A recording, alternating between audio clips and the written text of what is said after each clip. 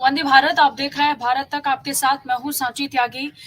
लगभग 12:30 बजने वाले हैं और इसी के साथ अब तक आप समझ गए होंगे कि हम ये लाइव लेकर के क्यों आए हैं। देखिए, भारत सरकार की तरफ से पिछले कई वक्त से इस बात को लेकर चर्चा हो रही थी कि सेना में भर्ती की जो प्रक्रिया है, जिसे लेकर लोग लगातार परेशान हैं। कई सवाल आप लोग पूछ रहे थे कि हमें भर्ती कब मिलेगी और जॉब अपॉर्चुनिटीज सेना में कब दी जाएंगी, तो उसे लेकर एक सुनहरा मौका अब आ गया है। दरअसल अग्निपथ स्कीम के तहत आज भारत सरकार एक बड़ा ऐलान करने जा रही है। तीनों सेनाओं के प्रमुख के साथ भारत के रक्षा मंत्री एक प्रेस कॉन्फ्रेंस करेंगे अब से थोड़ी देर में। उससे जुड़ी हुई तस्वीर जो है वो हम आप तक पहुंचाएंगे जरूर, लेकिन इन सब के बीच में जिक्र हो रहा है अग्निपथ रिक्रूटमेंट स्कीम को लेकर फॉर डिफेंस फोर्सेस, जिसमें कहा जा रहा है कि ये स्कीम बहुत लाभकारी होगी और इसके अलावा सेना में आने के लिए जो लोग इच्छुक हैं और रोजगार के अवसर तलाशने के लिए सेना में ये एक बहुत जबरदस्त स्कीम जो है वो लाने की कोशिश हो रही है।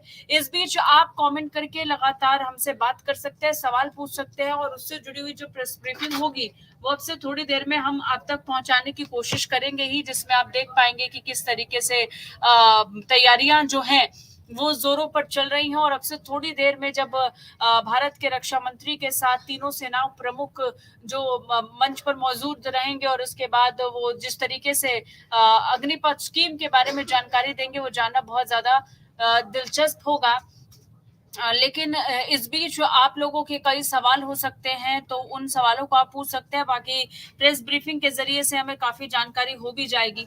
तो फिलहाल आपको ये बता दें कि केंद्र सरकार तो रक्षा बलों के लिए अग्निपथ भर्ती योजना जो है वो आज उसकी घोषणा कर सकती है। उसकी जो पूरी संभावनाएं हैं वो जताई जा रही है कि आज अग्निपथ की रिक्रूटमेंट जो घोषणा है, भर्ती योजना जो है उसकी घोषणा आज हो जाएगी, ये कंफर्म माना जा रहा है। और प्रेस ब्रीफिंग से जुड़ी हुई कुछ तस्वीरें भी इस बीच निकलकर सामने आई थी, वो तस्वीरें भी हम आप तक पहुंचाएंगे। लेकिन वो लोग जो सेना में भर्ती होना चाहते हैं, पिछले लंबे वक्त से भर्ती नहीं हो पाए हैं, एग्जामिनेशन नहीं दे पाए हैं, उनके लिए भी एक अच्छी जो कोशिश है वो यहाँ पे की जाएगी। 12:30 बजे एक प्रेस कॉन्फ्रेंस होने वाली है, जिसके जरिए से अग्निपथ स्कीम को जो है वो लॉन्च किया जाएगा। इसमें रक्षा मंत्री राजनाथ सिंह, तीनों सेनाओं के चीफ भी मौजूद रहेंगे।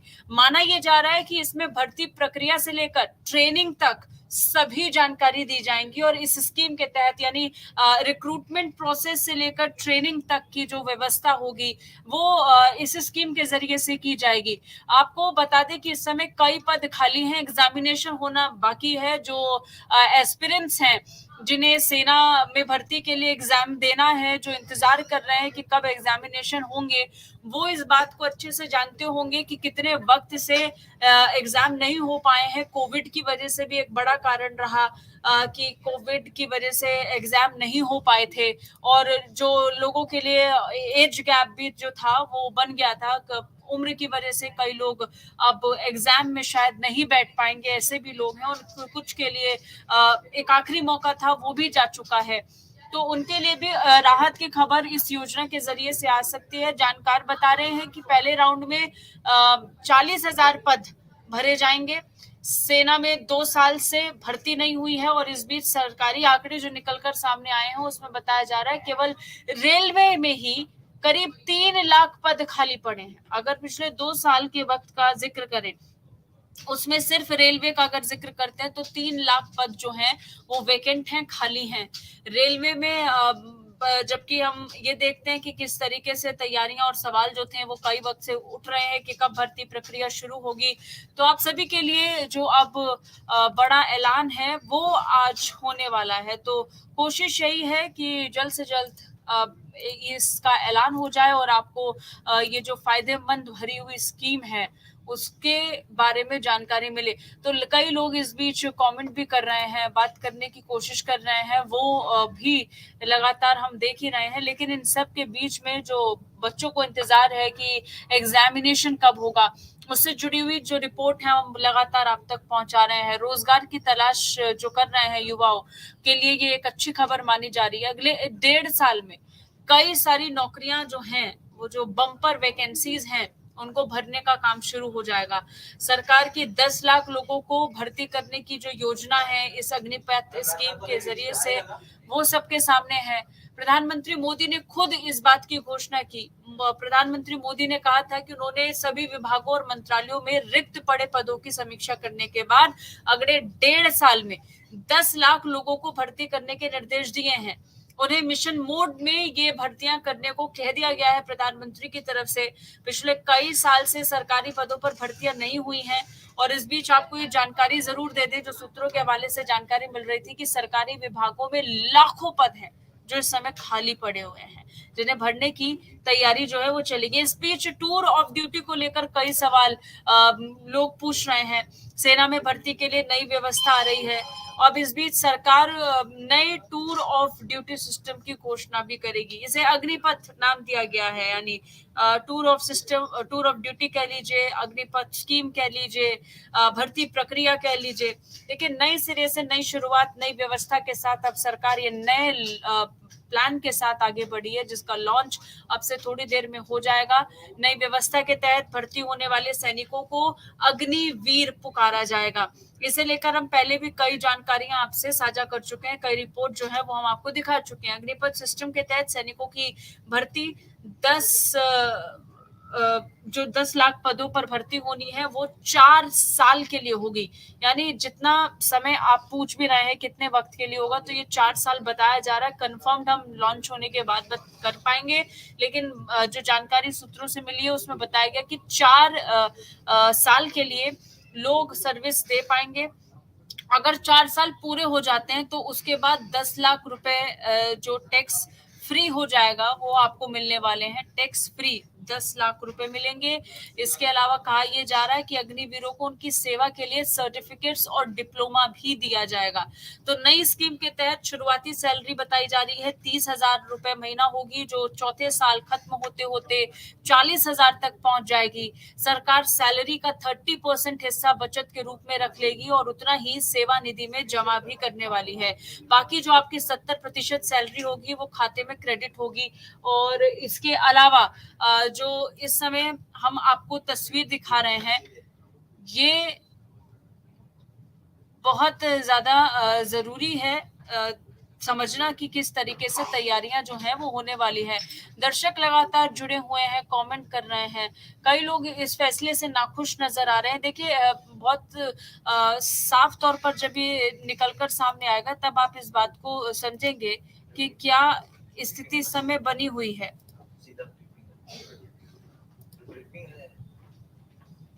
तो इस समय ये जो तस्वीर है आपकी स्क्रीन पर आ चुकी है। इस समय सीधी तस्वीर है ये प्रेस कॉन्फ्रेंस से। क्या कुछ कह रहे हैं रक्षा मंत्री राजनाथ सिंह, एक बार आपको वो सुनवाएंगे। आप सभी जानते हैं कि पिछले कुछ वर्षों में भारतीय रक्षा व्यवस्था को और अधिक सशक्त बनाने की दृष्टि से सरकार ने कई महत्वपूर्ण कदम उठाए हैं। इसमें से कुछ प्रमुख हैं: चीफ ऑफ डिफेंस स्टाफ के पद का सृजन, डिपार्टमेंट ऑफ मिलिट्री अफेयर्स का गठन, ऑर्डिनेंस फैक्ट्री बोर्ड का कॉर्पोरेटाइजेशन, पॉजिटिव इंडिजिनाइजेशन लिस्ट का प्रमोलगेशन। इसी प्रकार डोमेस्टिक प्रोक्योरमेंट के लिए 68% कैपिटल प्रोक्योरमेंट बजट का आवंटन और एफडीआई कैप का 74% तक बढ़ाना। यह कई ऐसे महत्वपूर्ण कदम सरकार ने उठाए हैं भारतीय रक्षा व्यवस्था को मजबूत करने के लिए। इसी दिशा में भारतीय सेनाओं को विश्व की बेहतरीन सेना बनाने के लिए उस दृष्टि से आज कैबिनेट कमेटी ऑन सिक्योरिटी ने भी एक ऐतिहासिक फैसला किया है।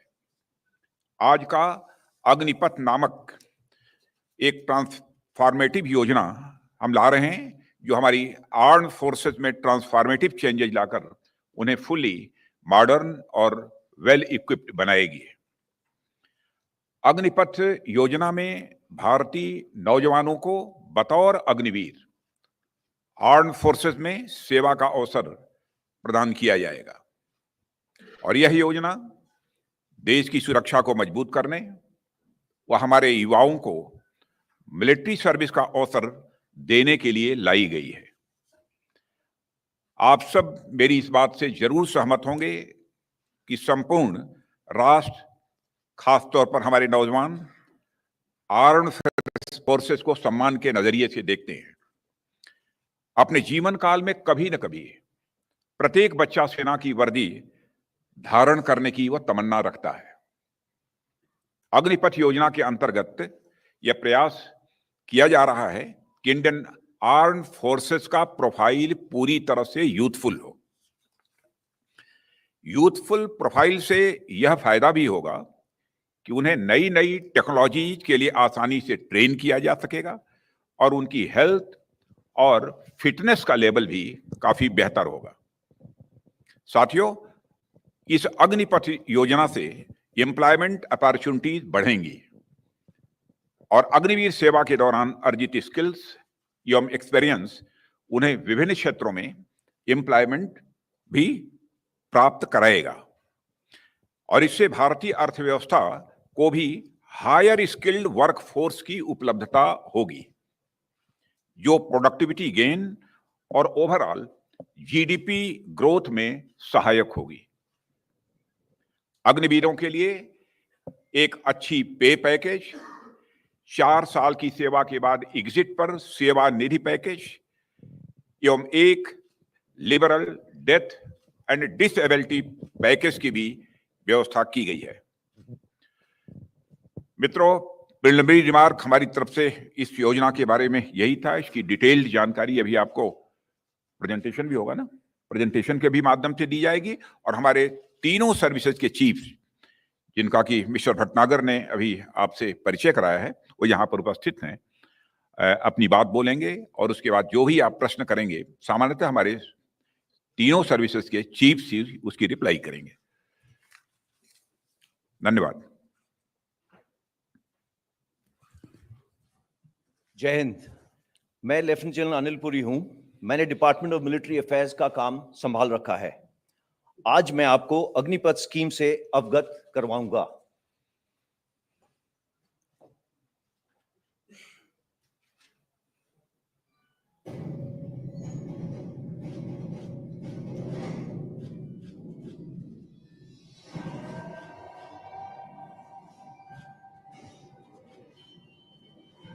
राष्ट्र सर्वोपरि, देश की हो जिसकी पहचान,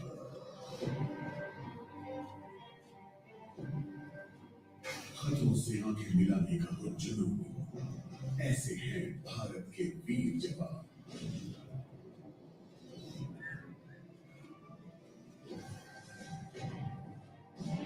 इन्हीं फौलादी जज्बों को देती है सेना एक नई पहचान। दे देश को अपने 4 साल सीना तान संकल्प कर। बहुत खास है युवाओं के लिए ये देश सेवा का अवसर। चलो भरें भारतीय सेना में युवा जोश हम मिलकर। वर्दी का गौरव मिले जो एक स्वर्णिम कल से सजे, तमगे बढ़ाएं सीने की शान।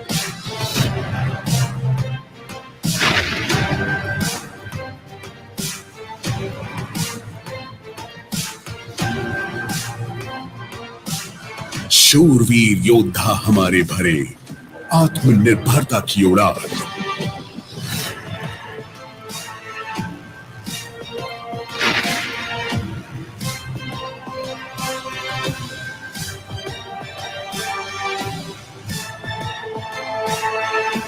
अब पर्वत भी नहीं डिगा सके इनके हौसलों को, जिन्होंने किया कतरा कतरा देश के नाम।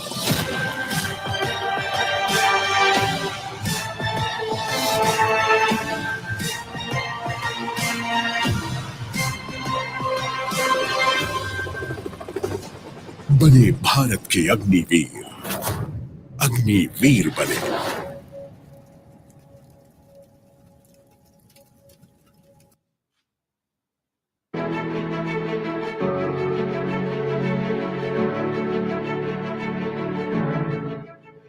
जब से होश संभाला सपना यही था कि कैसे देश के काम आ जाऊं। सीने में सुलगती देश प्रेम की अग्नि, हो तन समर्पित, हो मन समर्पित।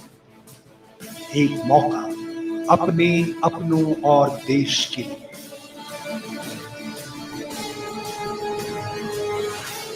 चौखट के बाहर कर रहा इंतजार, गर्व से भरा एक उज्जवल भविष्य, एक अग्निपथ।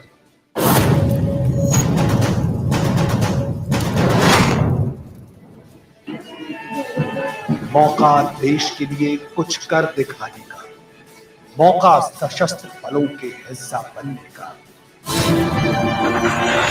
प्रशिक्षण जो तराशेगा आपको, रोमांच दौड़ता रग रग में तुम्हारी। आकर्षक वेतन, अग्निवीर बने। सैन्य सेवा के बाद सुनहरे भविष्य का अवसर, अवसर एक आदर्श और कुशल नागरिक बनने का, सदा समाज की सेवा में, देश सेवा में।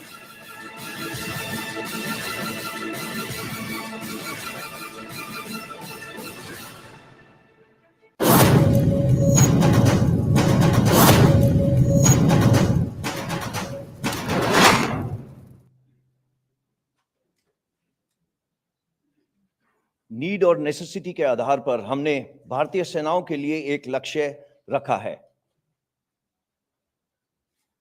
जिसमें इनटेक एंड रिटेंशन की प्रक्रिया को नया रूप दिया है। Y?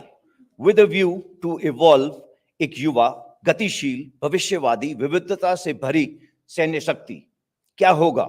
We will provide opportunity to the youth to serve the nation for short and long duration as Agniveers.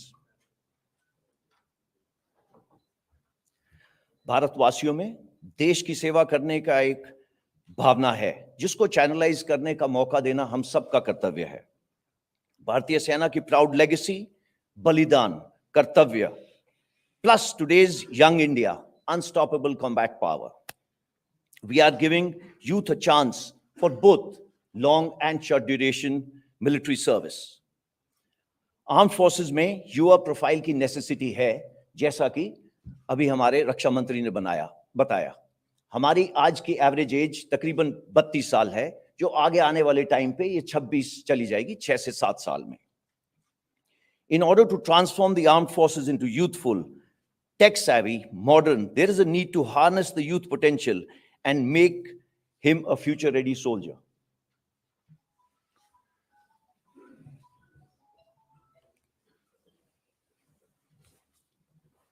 Agniveer इस फ्यूचर रेडी सोल्जर का हिस्सा होगा।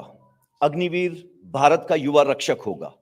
हमारे साथ 4 साल रहने के बाद एक अग्निवीर का रिज्यूमे और बायोडाटा बिल्कुल यूनिक होगा। He will stand out in the crowd with his attitude, tour, skills and the time he would have spent with us. इस स्कीम के कुछ एडवांटेजेस तो बहुत है, बट मैं सिर्फ कुछ इसके बारे में आपको बताऊंगा। पहली चीज, ये एक बहुत ही ट्रांसफॉर्मेटिव रिफॉर्म है। इसके अंदर आर्म्ड फोर्सेस की यूथफुल प्रोफाइल यंगर होगी, फिटर होगी, डाइवर्स होगी, they will be more trainable, and in the changing times of technology absorption, they'll be ready because they'll be more adapt to take these technology in their stride. There'll be an optimal balance of youth and experience, that is million of josh and hosh. Coming to Agniveers, एक सुनहरा मौका देश की सेवा करने का through the armed forces. They will imbibe camaraderie, team building, mental robustness, physically fit, forged under fire like the best steel. Over the years will result in a confident and better individual. There's a very good financial package for which the details I will tell you slightly later. As for the nation is concerned, there'll be availability of disciplined and skilled youth with military ethos and for the civil society, which will add to the nation building. ये काम करने से पहले हमने कुछ जो world की अलग-अलग कंट्रीज हैं उनकी स्टडी करी। उसके अंदर हमने ये देखा कि सिर्फ जो बेस्ट प्रैक्टिसेस हैं उनको आपके सामने मैं पेश कर रहा हूं। पहला, वॉलंटियर सिस्टम है ज्यादातर देशों में। इनरोलमेंट की जो सिस्टम है वो मल्टीपल एंट्रीज हैं, एक रेगुलर, दूसरा कॉन्ट्रैक्चुअल, तीसरा conscript. Enrolment ages 17 years and above, Training duration 10 हफ्ते से लेके 6 महीने तक. All the countries have tried to incentivize the soldiers oblique Agniveers, which they have, on exiting. How? By giving them higher education credits, by giving them a good financial package, by assuring or trying to give them a lateral absorption to various places like civil and defense industries. Also, there are bridging courses which are being given on exit. However, Indian problems require Indian solutions. None of these countries have the demographic dividend which we are blessed with. You all know that we have, by 2030, about 140 crore people would be there. 50% of them will be below 25 years. This demographic dividend needs to be reflective in the armed forces. Youthful profile, as the Raksha Mantri just spoke of, Yuva is known by Josh, Jazba, Junoon. This, when led by good leadership, will result in higher risk-taking capability, which is part of our lexicon and DNA.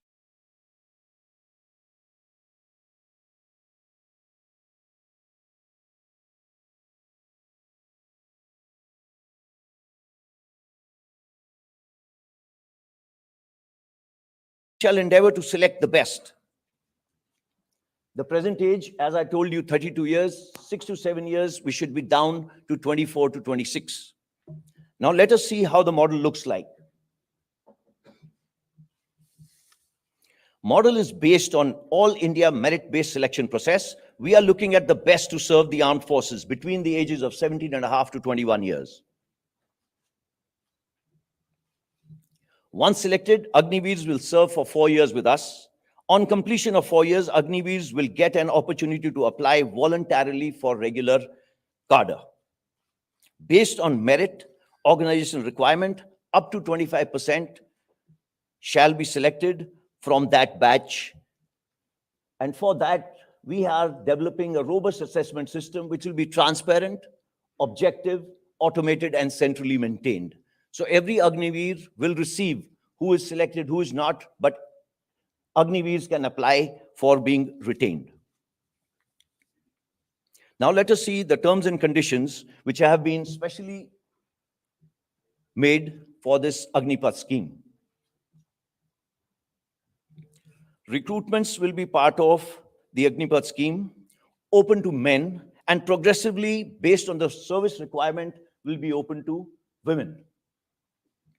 As far as the medical and physical fitness standards are concerned, they will be as per extent norms.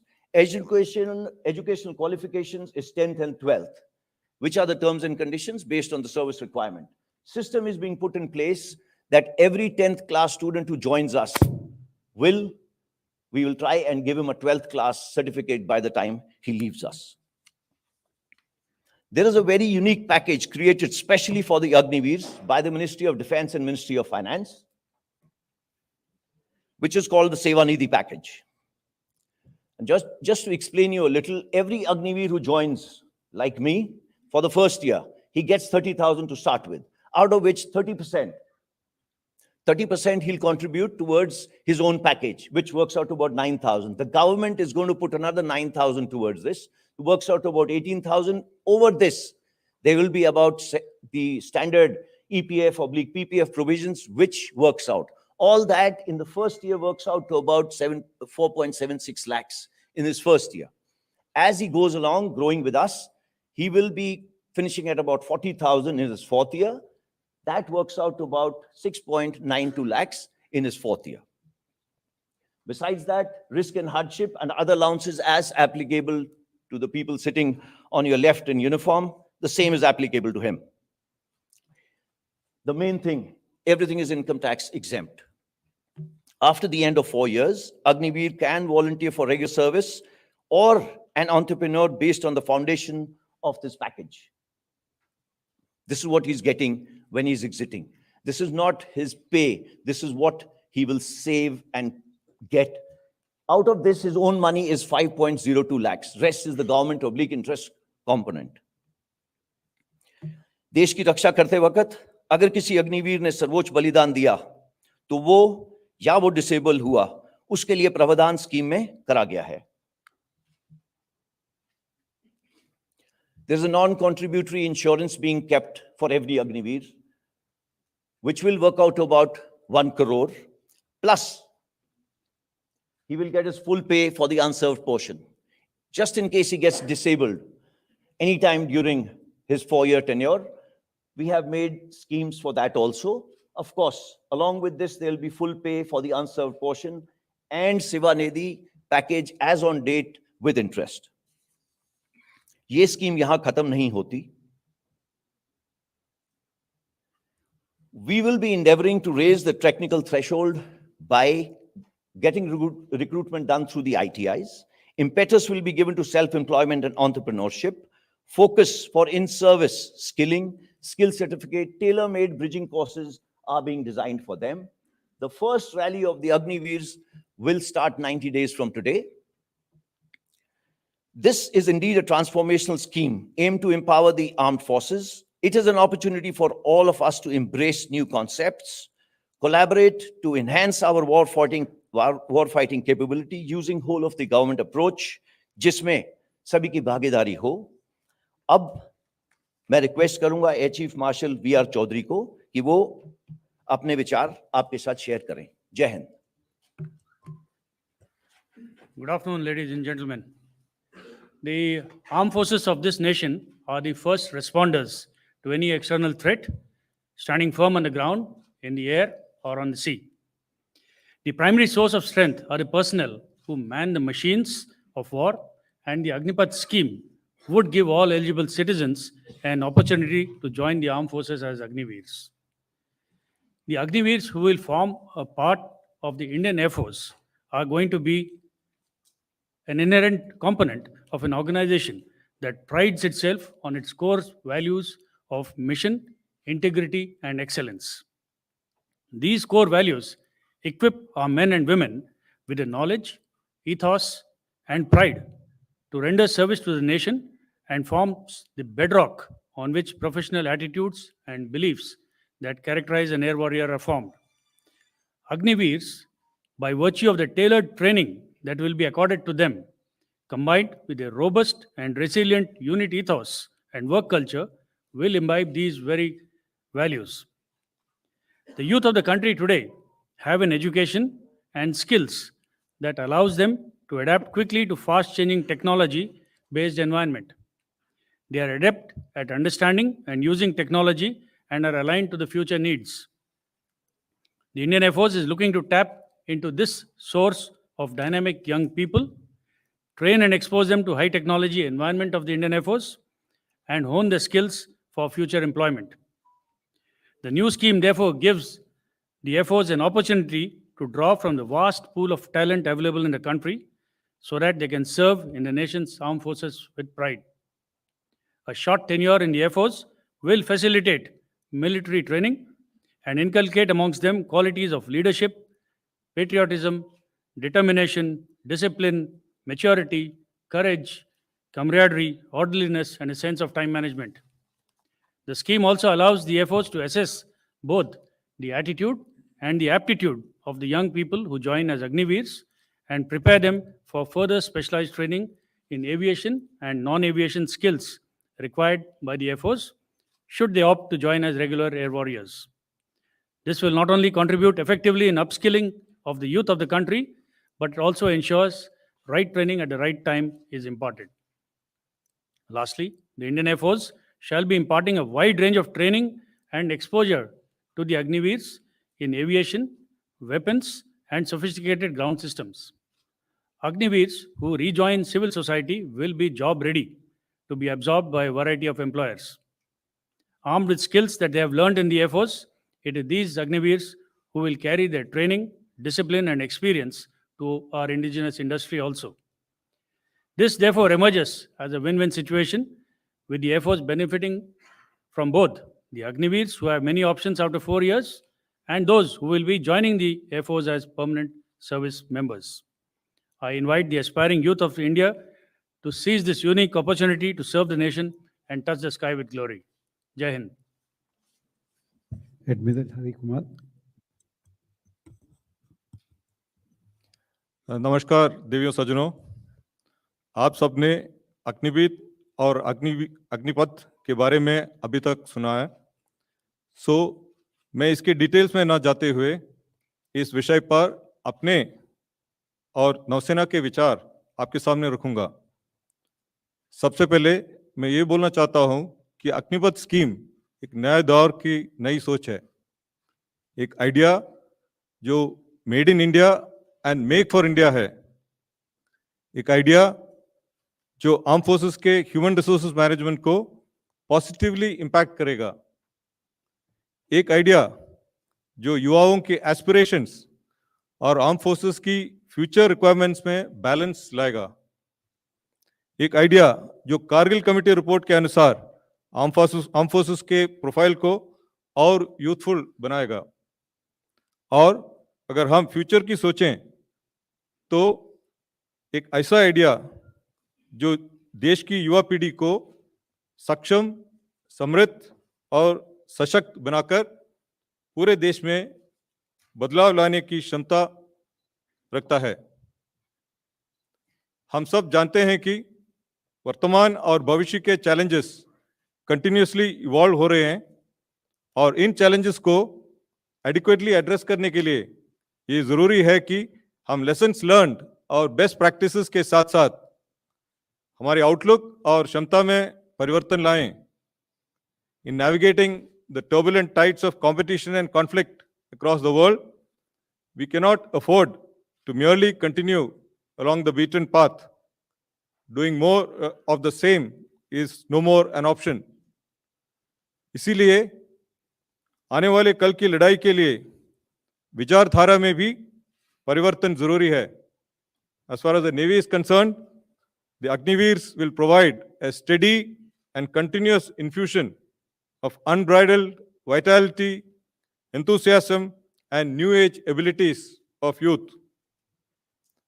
एक तरफ ये हमारी arm forces के talent pool को विस्तार करेगा, साथ ही साथ ये हमारे युवाओं को गर्व से मिलिट्री यूनिफॉर्म पहनने का आकर्षक ऑप्शन भी देगा। इंडियन नेवी अग्निवीरों को अपने state of the art warships, submarines, aircraft carrier, military aircraft, other combat platforms and units, our latest weapons, sensors, communication systems, IT systems, networks वगैरह में काम करने का यूनिक अनुभव प्रदान करेगी। This experience will hold them in good stead for the rest of their lives while also contributing to society and community development. On completion of 4 years of uniform service, they'll be a vital element in India's growth story, contributing to nation building through grooming, skilling, and inspiring of future generations, while instilling and reinforcing a greater sense of nationalism and patriotism. Therefore, the Agneepath initiative and the Agniveers that it will produce will play a pivotal role in enhancing the effectiveness and efficiency of the Navy and the country as both grow and rise to the challenges. Having been part of the initial planning team over 2 years back, I can assure you that the initiative has been extensively deliberated and examined threadbare by all stakeholders. The outcomes of these deliberations have only reaffirmed my conviction that this step will be truly transformational. Moreover, it will lead to a fine balance of the wisdom of experience and the exuberance of youth. मैं इस बात पर जोर देना चाहूंगा कि इस नए सिस्टम की ओर सुचारू परिवर्तन के लिए सभी योजनाएं प्लान की जा चुकी हैं। और ध्यान दें, नौसेना की अग्निवीर स्कीम में महिलाएं भी शामिल होंगी। मेरा मानना है कि अग्निपथ एक विजनरी मूव है जो कि हमारी नौसेना का मल्टीपल डायमेंशंस में बदलाव करेगा। I think of the concept of Agneepath through the prism of my own experience of 4 decades in uniform. One of the key lessons that I have learned in the Navy is that if one does not continuously adapt to the changes in tides and currents, one will most definitely be set off course. The same applies to the armed forces as well in today's dynamic scenario. And in this regard, the Agneepath initiative is an essential step to ensure that we stay on course. अंत में ये बोलना चाहता हूं कि arm forces का functioning सेवा परमो धर्म या सर्विस बिफोर सेल्फ के सिद्धांत पर आधारित है।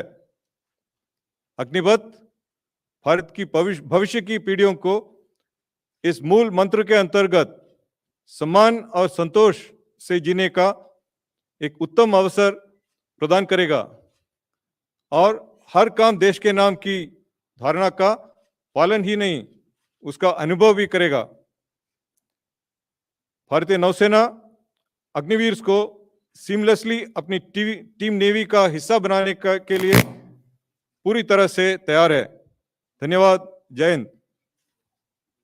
General Manoj Pandey.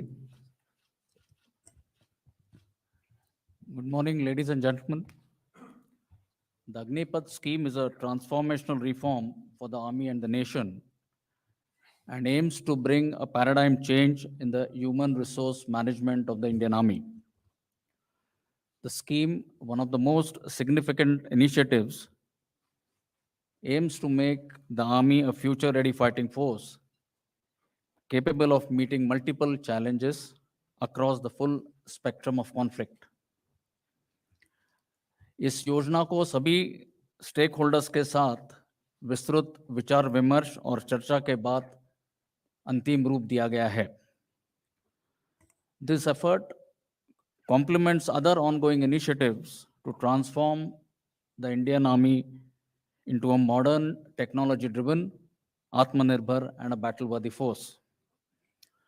Some of the notable benefits of the scheme from the Indian Army point of view are: firstly, an enhanced youth pool profile, as was mentioned earlier, that is reduction of average age from 32 to 26 to be achieved over a period of time. Secondly, increase in the technical threshold of the Army by recruiting Agniveers through ITIs and other technical institutes by harnessing their potential. The scheme, we believe, will attract young talent and motivated youth with the right skill sets to join the Army. It will also result in increased availability of medically and physically fit personnel at the cutting edge level of field units. It will also ensure better utilization of recruit training period, resulting in enhanced availability of soldiers to the field army. It will also help us in maintaining an optimum balance between the youth and experience. A wider recruitment base will provide equal opportunities to youth from all parts of the country to join the Army. The screening and selection, based on a sound, fair, transparent, and a robust assessment system, will ensure that the Army retains the best of the best for a longer serving duration, and these personnel will form the core of our organization. The Agniveer, leaving after 4 years, will be empowered with suitable skills and financial means and carry a unique resume, as was alluded to earlier, that will significantly enhance his value and employability in the civil society. The new process heralds a paradigm shift in our recruitment process and will necessitate changes in the way we impart training to our recruits and soldiers in enhancing their combat potential. मैं सभी को आश्वस्त करना चाहता हूं कि recruits के लिए लागू मिनिमम फिजिकल, मेडिकल और प्रोफेशनल पैरामीटर्स को सुनिश्चित करने के लिए हमारे द्वारा अपनाए गए मापदंडों पर कोई समझौता नहीं किया जाएगा. We will institute a fair, transparent, and scientific method in screening the initial intake for 4 years and apply similar yardsticks to select those who will get enrolled. मैं इस बात पर भी जोर देना चाहता हूं कि थल सेना अपने गौरवशाली विरासत, इतिहास, परंपरा, सैनिक मूल्यों और संस्कृति, जो कि कोहेसिवनेस, कामरेडरी, एस्पिरिट डेकोर और नाम, नमक और निशान के मूलभूत सिद्धांतों पर आधारित है, को पूरी तरह बरकरार रखेगी। अग्निवीरों को आर्मी में हर तरह से एसिमिलेट और इंटीग्रेट किया जाएगा और वो यूनिट्स, हेडक्वार्टर्स और एस्टेब्लिशमेंट्स दोनों ऑपरेशनल और नॉन ऑपरेशनल एरियाज में भारतीय सेना के विभिन्न अंगों यानी कि अलग अलग आर्म्स और सर्विसेज में तैनात किए जाएंगे। I want to assure you that during the implementation and stabilization phase of the Agneepath scheme, the Army's operational capabilities and preparedness along the borders and the ability to deal with internal security challenges will be fully maintained. At the end, I wish to say that we are confident that this change will bring in new vigor and confidence in the Indian Army and make it stronger, more capable, and in stride with the future. Jai Hind and thank you. मित्रों, हमारे तीनों services के chiefs और हमारे additional secretary DMA ने जो presentation आपके सामने दिया है, मैं समझता हूं थिंग्स आर क्रिस्टल क्लियर, चीजें पूरी तरह से साफ हैं। लेकिन फिर भी यदि कोई क्लैरिफिकेशन आप चाहते हैं तो हमारे तीनों सर्विसेज के चीफ्स आपके क्लैरिफिकेशन का जवाब देंगे।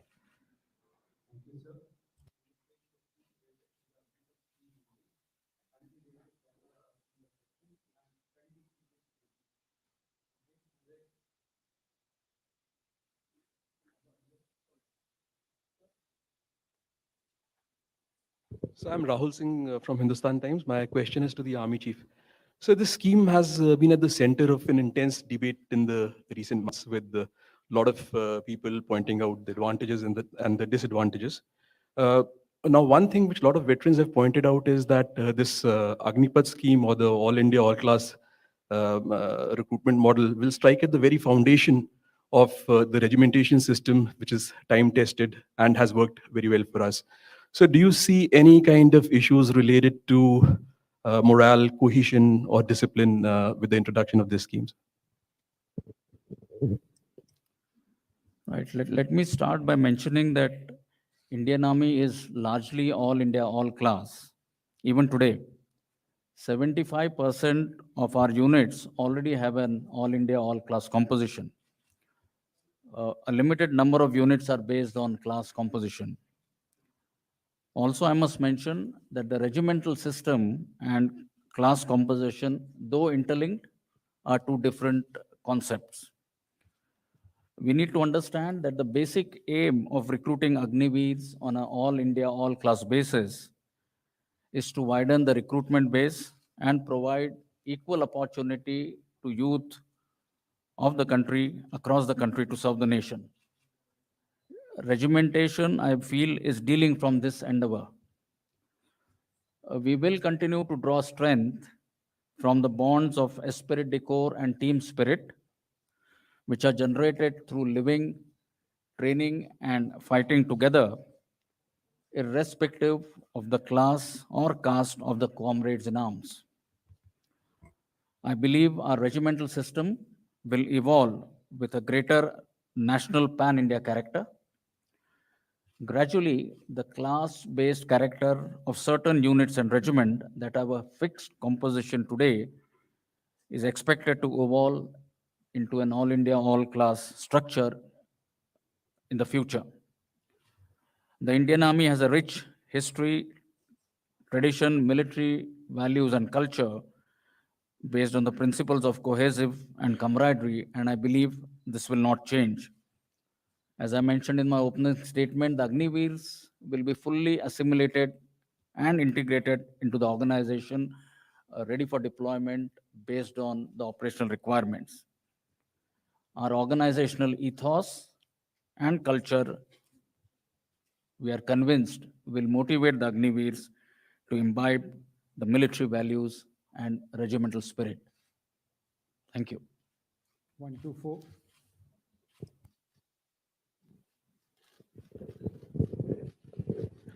हाय मॉर्निंग सर, मेरा नाम आशीष है, मैं TV9 से हूँ। मेरा क्वेश्चन एडमिरल हरि कुमार से है कि सर, ये शॉर्ट ड्यूरेशन के लिए अग्निपथ स्कीम के अंडर में जब लोगों को डिप्लॉय किया जाएगा, स्पेसिफिकली चाहे वो शिप्स हो या फिर ऑफशोर यूनिट्स हो, तो वहां पर भी जो यूनिट्स ऑलरेडी डिप्लॉयड हैं, जो मेन एंड वुमेन डिप्लॉयड हैं, तो उन्हें उनके मोरल और उनके मोटिवेशन पे ये फर्क नहीं पड़ेगा कि मेरे साथ में जो है या फिर जो कुछ लोग हैं वो केवल कुछ महीने या कुछ साल के लिए है, तो उसके मैनेजमेंट के लिए क्या कुछ सोचा गया है स्पेसिफिकली शिप जैसे एक प्लेटफॉर्म के लिए?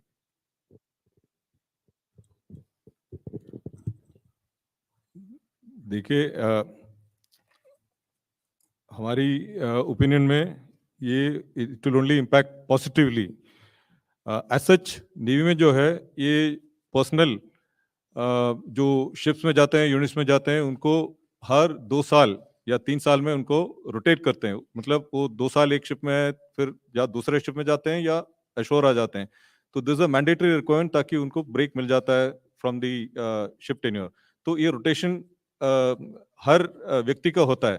तो इसलिए दी यूनिट कोहेशन जो आप बात करते हैं, it is not depending upon the longevity in a unit or the amount of time that is spent in a unit. It is more related to the type of training, the type of leadership, the type of challenges that you face together that leads to the bonding within the ship, and that is what translates into morale. So as in the Navy we have something called a divisional system. तो ये divisional system जो है, इसमें there is a team of about 11 personnel are form a division, and in that it is headed by a divisional senior sailor and a divisional officer. So they look after them both professionally as well as personally. They know them well, and the interaction happens almost 24/7 whenever they are in their action post or when they are doing partnership work and so on. So this is a time-tested system, and which helps to bring in the new Agniveer into the ship and help him to integrate and assimilate well. So therefore, we don't see any problem or any difficulty in inducting them into the combat platforms. Thank you. 63. Sir, I'm Shivani Sharma from Times Now Nav Bharat, and my question is for the Army Chief. There have been a lot of concerns, especially from the veterans, on the short span and the issues that might concern the attachment level. What are the other challenges that the scheme poses to the Army, and what is the roadmap or the strategy that you have planned to implement it? Thank you for the question. To start with, I'll list out few of the challenges that we visualize coming up as we move forward. Firstly, is the requirement to modify and refine our current recruitment process, essentially to expand the recruiting base. We also need to identify and select the right ITI qualified youth for induction into technical trades. Optimizing the recruitment training period is another issue that we are currently examining. As I mentioned earlier, assimilation and integration of the Agniveers into the system is an important aspect, and that is something which we are working at. Besides, there are some HR management issues like identifying the correct billets for the Agniveer, both within our organization and outside it, maybe on deputation. The skilling the Agniveers and empowering them for enhancing their value and employability is another issue which we'll have to look at.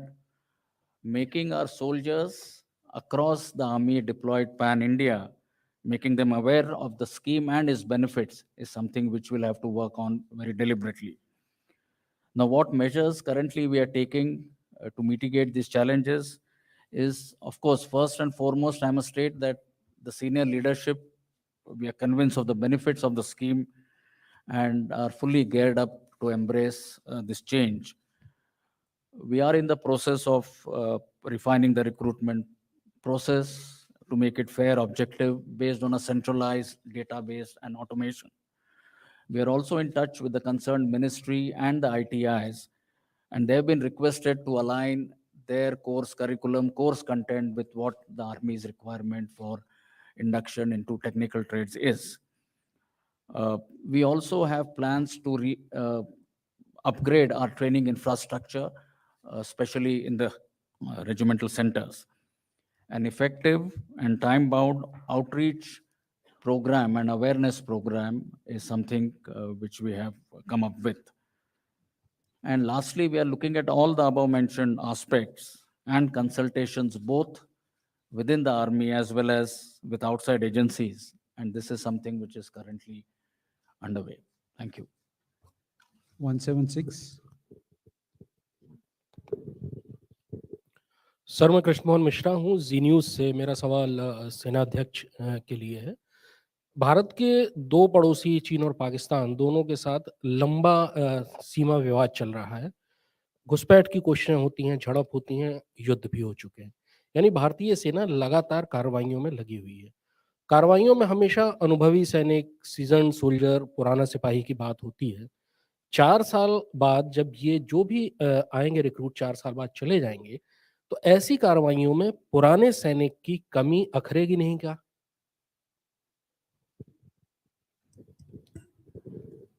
धन्यवाद। सबसे पहले मैं कहना चाहूँगा कि दोनों technology के इस्तेमाल और हमारे ट्रेनिंग के तरीकों को में बदलाव लाने के पश्चात मेरा मानना है कि जो हमारे स्किल सेट्स या कैपेबिलिटीज़, इंडिविजुअल कैपेबिलिटी एक जवान के साथ होनी चाहिए, वही एक अग्निवीर के साथ भी होगी। और वो भी जो चुनौतियाँ है जिसका जिक्र आपने किया है, उसका मैं मानता हूँ कि बड़े सफलतापूर्वक सामना करने के लिए वो तत्पर रहेगा। आप जानते हैं सेना में हमारे ट्रेनिंग स्टैंडर्ड्स बड़े साफ तौर से तय किए जाते हैं और एक सिस्टम के जरिए इसको कंटिन्यूसली मॉनिटर और टेस्ट भी किया जाता है। तो इसके चलते मेरा मानना है कि जो प्रोफेशनल स्टैंडर्ड्स एक अग्निवीर के रहेंगे 4 साल बाद, उसमें कोई डाइल्यूशन या उसमें कोई समझौता नहीं किया जाएगा। और जैसे मैंने बताया, अग्निवीर अपने 4 साल के ट्रेनिंग के दौरान बड़े आसानी से और सरलता से हमारे ऑर्गेनाइजेशन या आर्मी की यूनिट्स में जुड़ जाएंगे और आवश्यकता अनुसार जहाँ पर भी ज़रूरत पड़े पाकिस्तान बॉर्डर और चाइना बॉर्डर पर इनको हम तैनात करेंगे। हमारा यह प्रयास रहेगा कि इस स्कीम को बड़े स्मूथ और सीमलेस तरीके से हम इम्प्लीमेंट करेंगे और इसके होते हमारी ऑपरेशनल क्षमता में कोई कमी ना आए। हम अपने यूनिट्स में सही संख्या में बॉर्डर पर इन अग्निवीर्स को डिप्लॉय करेंगे और इस संख्या में या क्षमता में आश्वासन देना चाहता हूँ कि कोई कमी नहीं आएगी। और ये हमारा एक मेन फोकस रहेगा कि अग्निवीर स्कीम के इंडक्शन और स्टेबलाइजेशन के दौरान किसी भी प्रकार से हमारी ऑपरेशनल कैपेबिलिटीज खास करके बॉर्डर एरियाज में इसमें कोई कमी ना आए। धन्यवाद। 86। सर, मैं मधुरेंद्र, न्यूज़ नेशन से। मेरा सवाल नेवी चीफ से है, क्योंकि नेवी में हम देखते हैं कि टेक्निकली प्रोफिशिएंट और ख़ास तौर पे वेल ट्रेंड जो लोग हैं वो होते हैं। चूँकि ये भर्तियाँ 4 साल के लिए होगी, तो किस तरह से इनको नेवी के लिए टेक्निकली फिट और ट्रेंड किया जाएगा, ताकि वो जो करंट नेवी का एक तरह से पूरा हम देखें कि मास है और जो हम कहें कि एक तरह से एफिशिएंसी है, उसको मैच कर पाएँगे? धन्यवाद। ये जो स्कीम है, ये नेवी का जो यूथफुल प्रोफाइल और टेक्निकल कॉम्पिटेंस में बढ़ावा लाने के लिए है। तो अभी क्या होगा, ये जो अग्निवीर का जो ट्रेनिंग प्रोग्राम जो है उसमें हमने करिकुलम वगैरह टेलर करके जो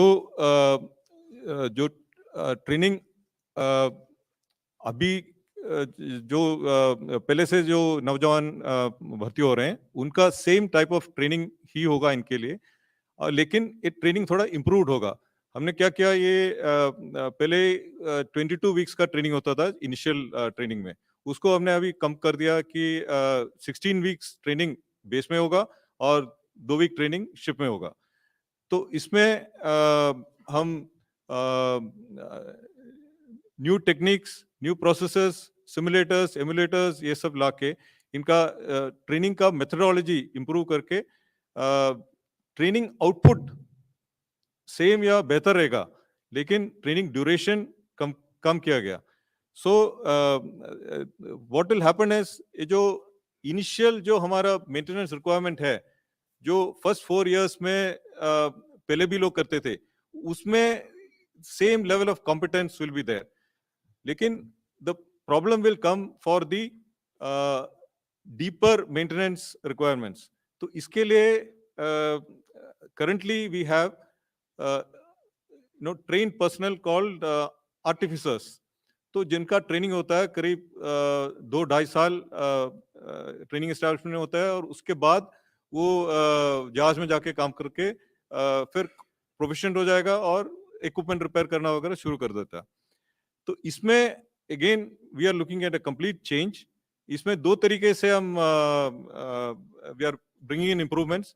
एक तो आईटीआई क्वालिफाइड अग्निवीर्स को एनरोल करेंगे, जिसमें से ये फायदा होगा कि आईटीआई ट्रेंड जो है उसका ऑलरेडी बेसिक टेक्निकल नॉलेज काफी अच्छा है, तो उसको जहां 2 या 2.5 साल का ट्रेनिंग पहले होता था, उसको अभी बस 6 मंथ्स का एडिशनल ट्रेनिंग दिया जाएगा on specific equipment which is there on board ship और सबमरीन और एयरक्राफ्ट एटसेट्रा। दूसरा मेथड जो हम अभी इंप्लीमेंट कर रहे हैं, that is known as the navy entry artificer scheme. That means जो ऑलरेडी नेवी में है, और या अग्निवीर भी हो सकता है, लेकिन वो 4 साल के बाद या 5th ईयर में उनको ये आर्टिफिसर ट्रेनिंग दिया जाएगा, तो they will become qualified to undertake deep repairs of the equipment. So इस तरीके से हमारे ख्याल से there will be no reduction in the technical competency, बल्कि we feel that will be much more effective, and in fact we are all Navy is also looking at a concept called operator maintainer, मतलब जो operator है, maintainer है, वो equipment को operate भी कर सकते हैं।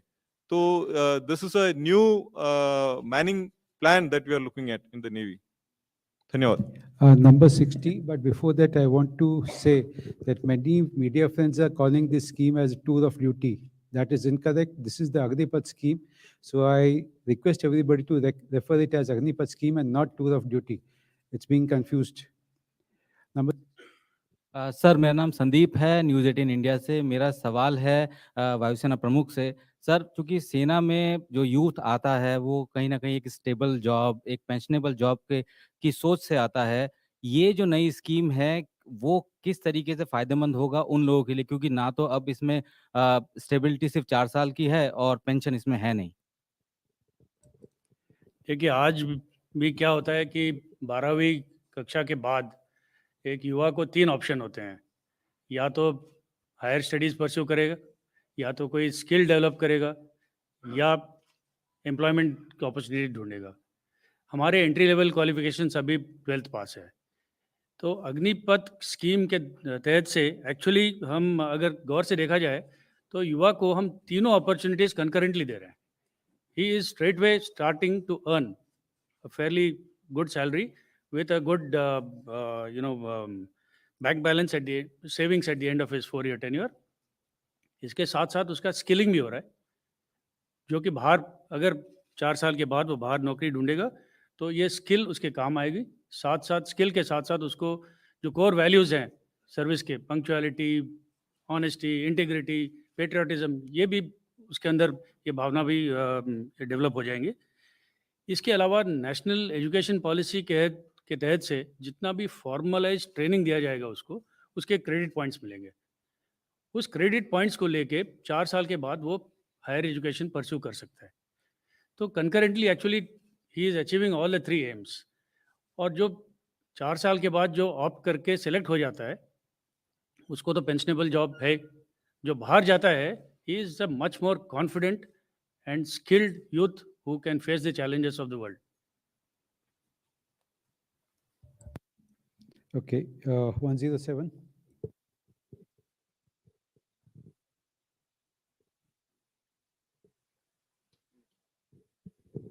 Sir Neeraj Rajput, ABP news sir.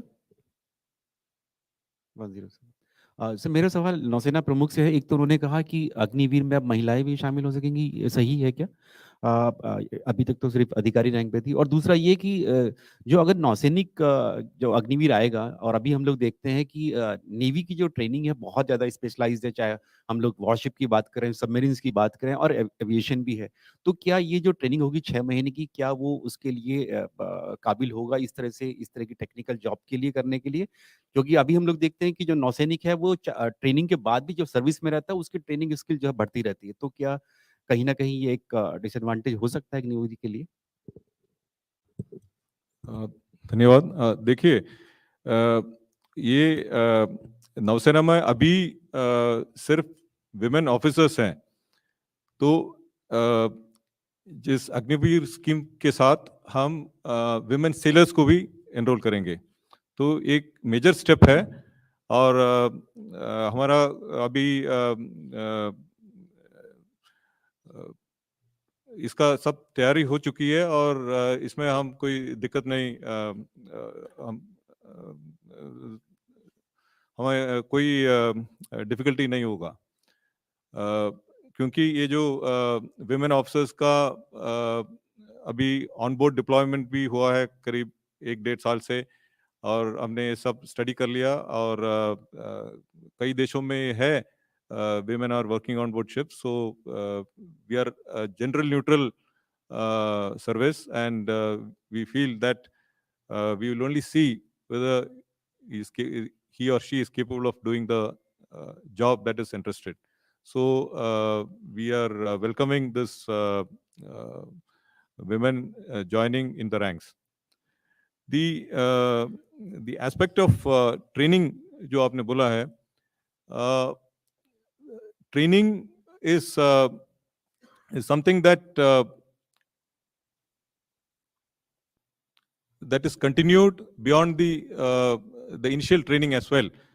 What I had explained earlier was that the basic training is what is planned is of 16 plus 2 weeks on board, that is about 18 weeks. तो इसके बाद उसका प्रोफेशनल ट्रेनिंग होता है, तो वो अभी भी होता है। Only thing is professional training का ड्यूरेशन जो है हमने रिड्यूस कर लिया। तो the thought process behind the training behind this is that the training should be adequate and just in time. There is no point in overtraining a person. So first हम उसको basic training कराएंगे, that is 16 plus 2 weeks. उसके बाद there will be another 16 weeks of training for professional work. That is whether he is a gunnery rate, or whether he is a anti-submarine warfare rate, or whether he is an electrician, or he is a mechanician, etc. तो इसके हिसाब से उसको training दिया जाएगा. Then he will go on board ship. So thereafter he will be available for another almost 3 years plus to serve the ship, and thereafter he can decide whether he wants to continue and become a permanent sailor in the Navy, or he wants to use the experience and go and contribute in the nation outside. So हमारी तरफ से we feel that there will be the training will be adequate, क्योंकि अभी भी जो हमारे जो sellers हैं उनका यही ट्रेनिंग है इन द फर्स्ट 4 years. मतलब he does basic training, and then he does basic professional training, and then he doesn't do any other course for the next almost 6-7 years. So I don't see any difficulty at all. धन्यवाद. Number 38. जरा आसमान की तरफ भी बढ़िए आप लोग. मैं देख रहा हूं कि जल थल में ही आप सिमट कर रह गए हैं, नभ की उड़ान नहीं भर रहे हैं।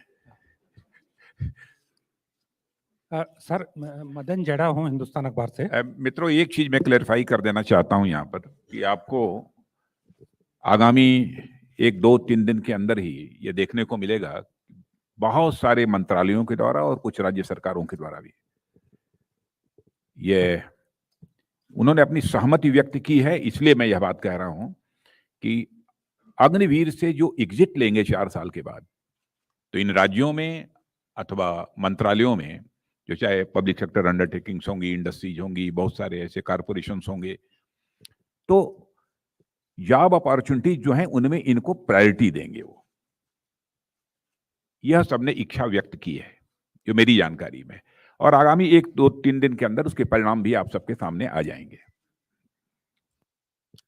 जी सर मदन जड़ा हिंदुस्तान अखबार से हूँ। मेरा सवाल है कि क्या जैसे हमारी थ्रेट चाइना और पाकिस्तान से ज़्यादा है, क्या इस प्रकार के जवान चाइना और पाकिस्तान की सेना में भी हैं? दूसरा, जो ट्रेनिंग की बात कही है सेना के, जो अग्निवीर को 10 वीक की ट्रेनिंग की बात कही है, क्या ये 10 वीक की ट्रेनिंग बहुत कम नहीं है? तीसरा, क्या फ्यूचर में क्या अफसरों के लिए भी कोई ऐसी स्कीम लाने की योजना है?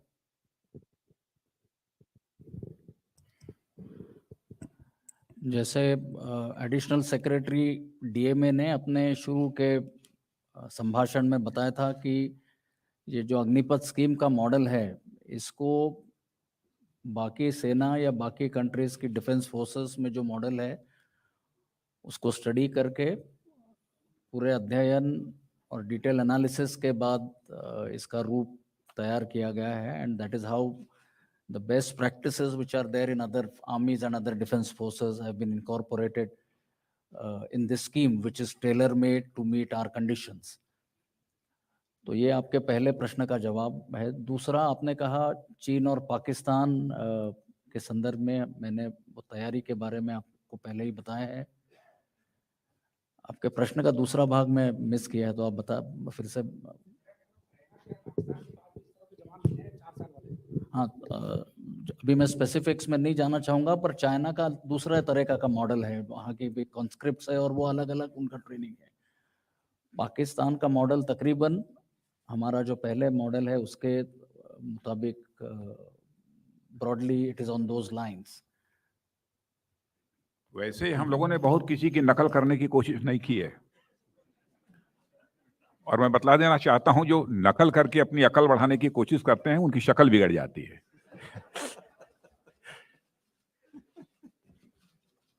ये है, ठीक है, स्टडी किया है, क्या है स्ट्रक्चर, कैसे सिलेक्शन का क्या प्रोसेस है, दूसरी कंट्रीज का भी स्टडी किया है हम लोगों ने, लेकिन बहुत सोच समझकर इस कंट्री के इंटरेस्ट में, यहाँ के नौजवानों के इंटरेस्ट को देखते हुए यह फैसला किया गया है। 67। सर मेरा नाम मनीष है, मैं इंडिया टीवी से हूँ। मेरा सवाल एयरफोर्स चीफ से है। सर ये जो फर्स्ट गो है उसमें कितने अग्निवीर एयरफोर्स की तरफ आएंगे, संख्या कितनी है, और क्या संख्या कम है कंपैरेटिवली, क्योंकि करीबन 7 से 8 हज़ार पर साल रिक्रूटमेंट होती है। ऐसे में जो ऑपरेशनल कैपेबिलिटी या हाइब्रिड वॉरफेयर की तरफ हम देखते हैं तो इनकी भूमिका कहाँ होगी, और जो पेंडिंग एग्जाम्स, रिक्रूटमेंट एग्जाम्स हैं, उनका क्या होगा सर? Thank you. ये अग्निपथ स्कीम जो है, it is an attempt to carry out both qualitative and quantitative optimisation of the service. तो इनिशियली हमारा ये आइडिया है कि जो इनिशियल रिक्रूट्स हैं थोड़ी सी संख्या कम ली जाए as compared to the past, क्योंकि 2-3 चीज़ें हैं इसमें। एक तो ये completely new pattern of induction है, न्यू ट्रेनिंग पैटर्न उनके लिए तैयार किया गया है, जो कि मोरलेस अभी रेडी है। फाइनल निटिग्रिटीज़ को आयन आउट करना है।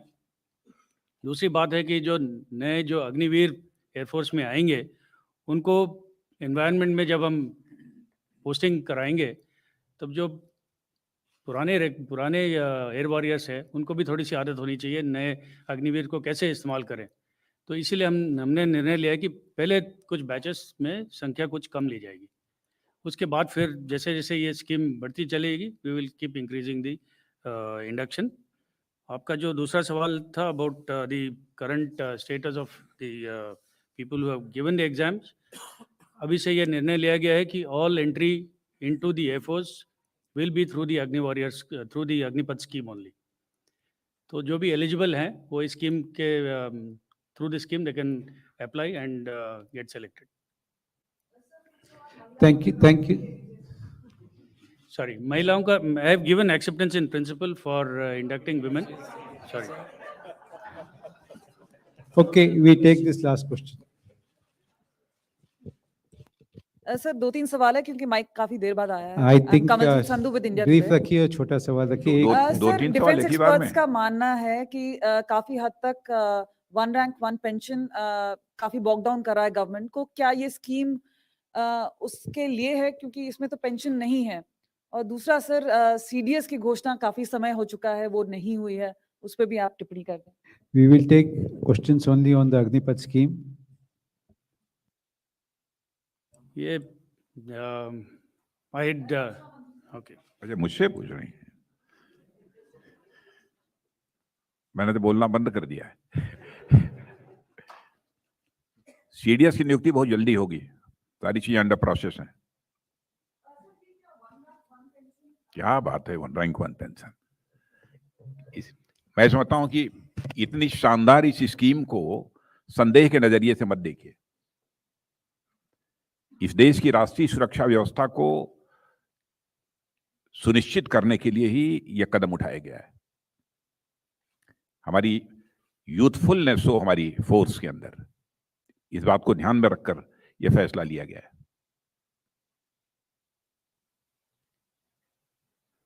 बस, धन्यवाद।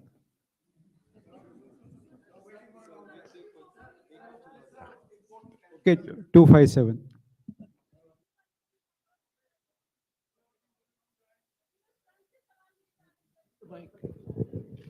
Good afternoon, Vishnu Shom from NDTV. Perhaps the Defense Secretary could take this question.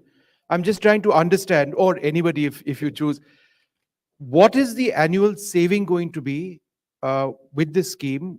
By when would our funds, our consolidated funds, go up? And is it a correct assumption that this will go towards capex? मित्रों, इसकी reply मैं करना चाहता हूं। Army को कभी हम saving के नजरिए से नहीं देखते हैं, अपनी आर्म फोर्सेस को। इसमें भले ही सेविंग वगैरह की बात छोड़िए, और अधिक जितनी खर्च करने की आवश्यकता होगी, हमारी गवर्नमेंट खर्च करने को तैयार है। हमारा लक्ष्य यही है कि देश की सीमाओं की सुरक्षा होनी चाहिए, देश हमारा पूरी तरह से सुरक्षित रहना चाहिए। खर्च जितना भी करना पड़ेगा सब खर्च करेंगे, खर्च का तो प्रश्न ही नहीं खड़ा होता। Thank you, sir. Raksha Mantri has to go for an important and urgent meeting. We close the press conference now. Thank you, friends. You tried recruiting, across the